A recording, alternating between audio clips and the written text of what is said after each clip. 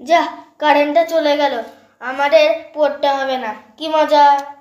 মা, হারিকেনটা দিয়ে যাও তো, আমার এখনো পড়া বাকি। এই নে আলো, পড় এবার। এ দিদি, তোকে আর পড়তে হবে না, তুই আমার হাতে একটা ঘড়ি এঁকে দে তো।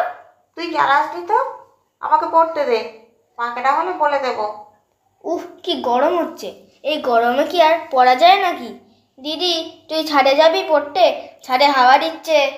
চল বোন, ছাদে গিয়ে তোর হাতে ঘড়ি এঁকে দেবো। তোরা ছাদে যাচ্ছিস?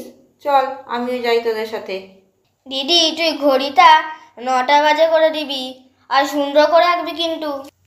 মা, তুমি আমাদের ছোটবেলার গল্প বলো না, আমি শুনবো।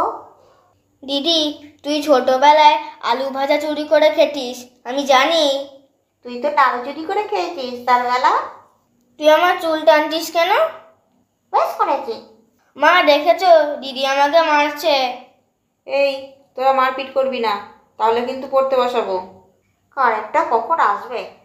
কাছে একটু হাওয়াও দিচ্ছে না। এখন বেশ ঝড় দেয়, তাহলে আম কুড়োতে যাব। তুই সেই আনন্দেই থাক। এই, কারেন্ট আর আসবে না, চল খেতে দিয়ে দিই। আজকে আমরা ছাদে ঘুমাবো কারেন্ট না এলে। হ্যাঁ মা, ছাদেই ঘুমাবো।